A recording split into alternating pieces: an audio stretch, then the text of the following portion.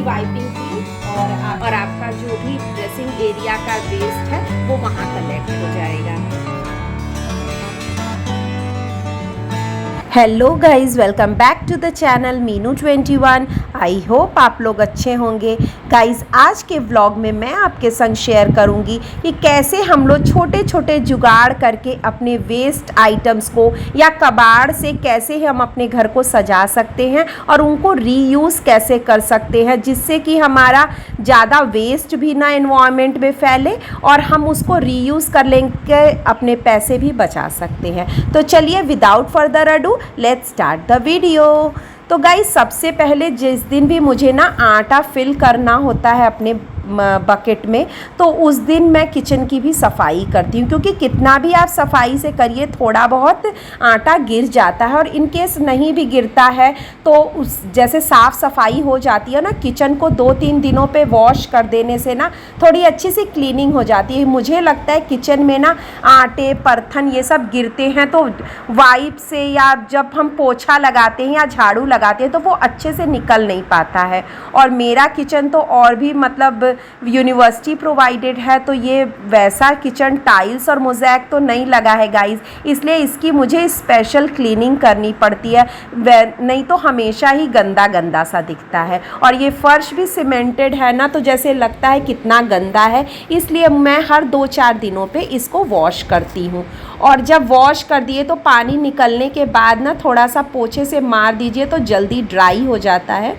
वैसे तो गर्मियों में सूखने की चिंता करनी नहीं है, 10-15 मिनट में कहीं भी पानी गिरा हो फर्श क्लीन हो जाता है और सूख भी जाता है।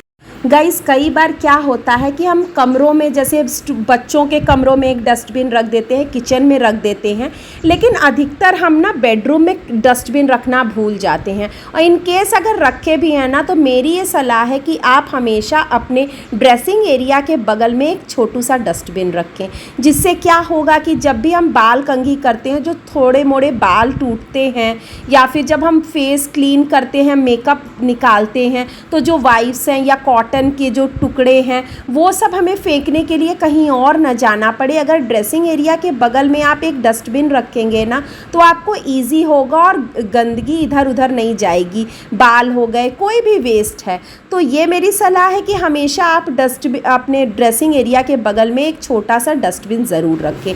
और गाइस, अगर आपके पास डस्टबिन नहीं है तो मैं अभी आप लोगों को दिखाती हूँ कि मैं कैसे DIY बना रही हूँ डस्टबिन की। आप उसको ना अपने ड्रेसिंग एरिया के बगल में रख सकते हैं, और जैसे आप कोम करते हैं या फेस वाइप्स करते हैं, तो आपका जो भी वेस्ट है, जो भी निकल रहा है, बाल टूट रहे हैं या फिर जो वाइप्स है, वो सब आप तुरंत डस्टबिन के पास अगर नहीं जा सकते हैं तो वहीं पे ड्रेसिंग एरिया के बगल में रखेंगे तो आपको ईजी हो जाएगा उसको रखने से, और घर में गंदगी भी नहीं फैलेगी। तो चलिए बनाते हैं एक DIY डस्टबिन।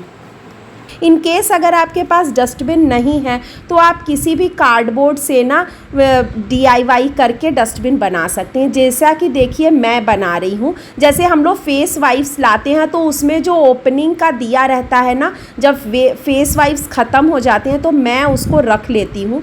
ये मेरे पास एक कार्डबोर्ड पड़ा हुआ था, इसको मैंने ना जहाँ से ओपनिंग थी इसकी, उसको मैंने सिक्योर कर लिया है। अगर आप चाहें ना तो कार्डबोर्ड को अच्छे किसी पेपर से रैप भी कर सकते हैं, वॉल पेपर से या गिफ्ट रैपिंग पेपर से अच्छे से डेकोरेट कर लेंगे तो बहुत अच्छा लुक आएगा। लेकिन मैं इसको एज इट इज़ रखना चाहती हूँ, क्योंकि हमेशा ज़रूरी नहीं है कि हम बहुत चीज़ें फैंसी दिखाने की ही कोशिश करें। कई बार थोड़ी कम मेहनत भी करके अगर काम चल जा रहा है तो हो जाता है। तो ये देखिए, इसके ऊपर का पोर्शन है और मैंने इसको रखा था, इसको मैं ना ग्लूगन की मदद से चिपका दूँगी, क्योंकि ग्लूगन से ना बहुत अच्छे से चिपक जाता है और निकलता भी नहीं है। तो इसमें आप कोई भी डस्टबिन का मतलब कोई भी वेस्ट रख सकते हैं। आप चाहें ना तो इसको अपने बच्चों के टेबल पे भी रख सकते हैं, जिससे वो पेंसिल शार्प कर रहे हैं या कुछ भी तो उसमें डाल देंगे और इजीली निकाल के आप डस्टबिन में फेंक सकते हैं। और मैंने बहुत पहले आप लोगों को दिखाया था ये वाटर बॉटल ले जाने वाला जो थैला होता है, उससे मैंने पॉली बैग ऑर्गेनाइज़र बनाया था। तो ऊपर से इसमें ओपनिंग होती है तो वहाँ से प्लास्टिक रख दीजिए और नीचे से मैंने कट करके यही लगा दिया है फेस वाइप्स का। और उसमें से प्लास्टिक निकल जाती है। तो इसका हैंडल मैंने चिपकाया था तो वो निकल गया था, उसको ही जब मैं ग्लू गन अभी गर्म की थी तो मैं सोची इसको भी चिपका लेते हैं।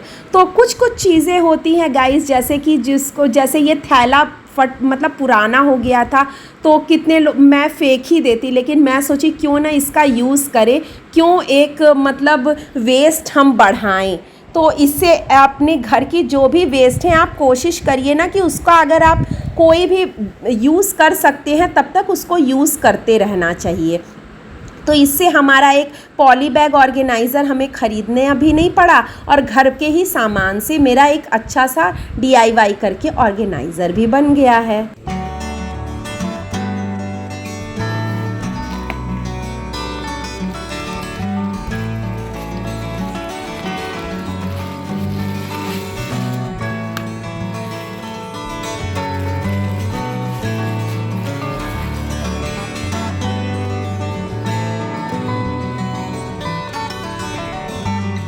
और जो कार्डबोर्ड से मैंने बनाया है, जैसे किचन में ना कई बार बहुत सारी ज़रूरत होती है, कई बार हमारे किचन में जैसे तेल गिर गया या फिर दूध कभी गिर गया या गैस स्टोव पे कुछ खाना बना रहे हैं और वो इधर उधर गिर गया है, तो उसको पोंछने के लिए अगर आप रेगुलर वाइप से पोंछते हैं ना तो वो बहुत चिकनाई वाला होता है और उसको धुलने में ना बहुत ज़्यादा दिक्कत होती है। तो मैं क्या करती हूँ, जो बेडशीट के टुकड़े हैं या टी-शर्ट के टुकड़े हैं जो फट गए हैं तो उनके छोटे छोटे टुकड़े काट कर मैं इसी कार्डबोर्ड बॉक्स के अंदर डाल दूंगी। इसको फेंकने से अच्छा इसके आप ना छोटे छोटे पीसेस करके और इसके अंदर डाल लीजिए। ये जो मैंने आपको DIY बताया है इसके अंदर डाल लीजिए, और जब भी आपके किचन में कुछ भी तेल गिर गया, दूध कभी कभी गिर जाता है तो उसको वॉश करने में बहुत दिक्कत होती है, तो इसमें से एक टुकड़ा निकाला आपने, पोंछा और इसको आप फेंक दीजिए, इसको वॉश करने की ज़रूरत। कपड़े हैं, टुकड़े हैं, आप ऐसे ऑर्गेनाइज़र में ऐसे डाल सकते हैं और जब भी आपको ज़रूरत हो ऐसे निकाल के, जैसे कि आपका ये ऑयल मेरा डिस्पेंसर है थोड़ा ऑयली सा लग रहा है तो ऐसे आपने पोंछा, इसकी वाइपिंग की और आप इसको फेंक सकती हैं। और अगर बहुत ज़्यादा गंदा नहीं है तो आप वापस इसमें डाल के इस्तेमाल कर सकती हैं।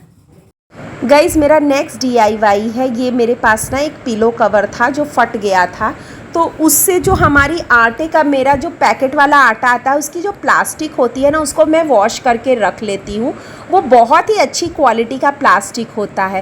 तो जब हम रोटी बनाते हैं ना तो या तो चकले के नीचे हम न्यूज़पेपर रखते हैं, और अगर कुछ नहीं रखते हैं ना तो वो जो एरिया है बहुत ज़्यादा गंदा हो जाता है और फिर बार बार उसको पोंछना पड़ता है। इसलिए मैं ना पिलो कवर के अंदर ये प्लास्टिक बैग डाल दूँगी और फिर उसको अच्छे से स्टिच कर दूंगी, तो उसको हम वॉश भी कर सकते हैं और इससे ना वो थोड़ा कड़क सा रहेगा, तो अब मतलब धुलने में भी सही रहेगा। तो इसी के अंदर एक लेयर मैंने प्लास्टिक की करके और 3 तरफ से सिलाई कर दी है और एक तरफ से खुला छोड़ा है ताकि हम उसको उल्टा कर देंगे, और फिर उसके बाद उसको उल्टा करने के बाद जब सिलाई हो जाएगी तो सीधा करके आगे का पोर्शन अंदर को मोड़ते हुए सिलाई कर देंगे।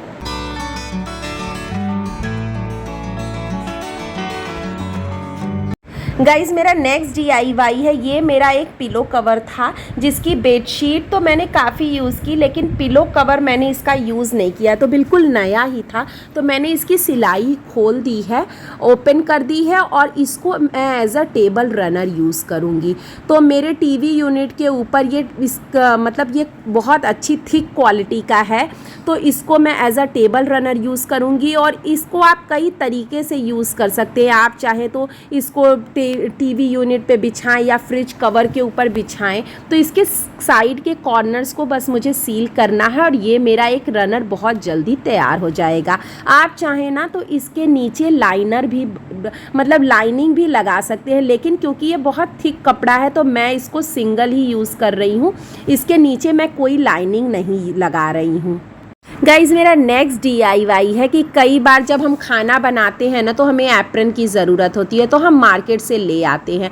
लेकिन अगर आपके पास एप्रन नहीं है तो उसके लिए क्विक DIY है कि अगर आपकी कोई पुरानी कुर्ती फट गई है या वैसे नहीं मतलब अच्छी कंडीशन में नहीं है तो उसको आप यूज़ कर सकते हैं एज अ एप्रन, और इसकी स्लीव्स को ना आप पीछे बांधने के काम में ला सकते हैं।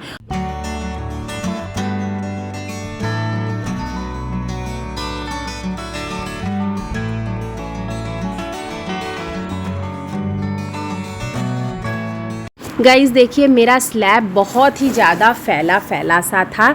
तो ऐसे अगर आप सामान स्लैब पे रखते हैं ना, अगर आप ऑर्गेनाइज़ करके भी रखेंगे ना, तो भी जब हमें क्लीनिंग करनी होती है तो ये पॉसिबल नहीं होता है कि हर एक कंटेनर को आप उठा के साफ़ करें, उसमें बहुत ज़्यादा टाइम हमारा चला जाता है।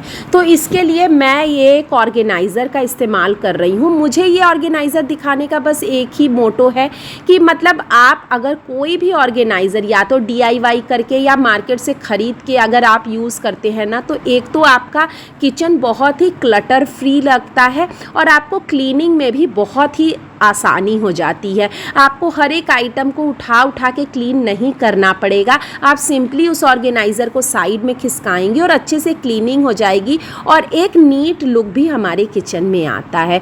तो ऐसे छोटे छोटे DIYs करके, या फिर आप मार्केट में बहुत सारे वेबसाइट्स हैं जिनमें बहुत ही अच्छे ऑर्गेनाइज़र्स अवेलेबल हैं, तो आप अपने किचन की मतलब जगह के अनुसार और अपनी आवश्यकता के अनुसार कोई भी ऑर्गेनाइज़र ख़रीद के अपने किचन को एक नीट और फिनिश्ड लुक दे सकते हैं। और देखिए गाइस, एक छोटे से ऑर्गेनाइज़र से कितना फिनिश्ड लुक आ रहा है। और अब गाइस जो मैंने अपना टेबल रनर बनाया था उसको मैं इस टीवी यूनिट के ऊपर रखूँगी, क्योंकि ये रनर जो मैंने अभी इस पे बिछाया है ना, वो पूरी तरह से इसको कवर नहीं करता है, तो उतने पोर्शन में डस्ट आ जाती है। और अगर हम कुछ बिछा के रखते हैं ना, तो इससे क्या होता है कि बस उस चीज़ को हमें झाड़ देना होता है, हमारा फर्नीचर गंदा नहीं होता है। तो गाइज़ ये था मेरा आज का व्लॉग। आप लोग ज़रूर कमेंट करके बताइएगा कि सबसे अच्छा DIY आपको कौन सा लगा। तो गाइज़ मिलते हैं नेक्स्ट व्लॉग में। तब तक के लिए अगर वीडियो अच्छी लगी तो लाइक कर दीजिएगा और अपने फैमिली और फ्रेंड्स के संग शेयर ज़रूर करिएगा। और अगर मेरे चैनल पे पहली बार देख रहे हैं तो सब्सक्राइब करना बिल्कुल मत भूलिएगा। मिलते हैं नेक्स्ट व्लॉग में, तब तक के लिए स्वस्थ रहिए, मस्त रहिए and thank you for watching. Bye.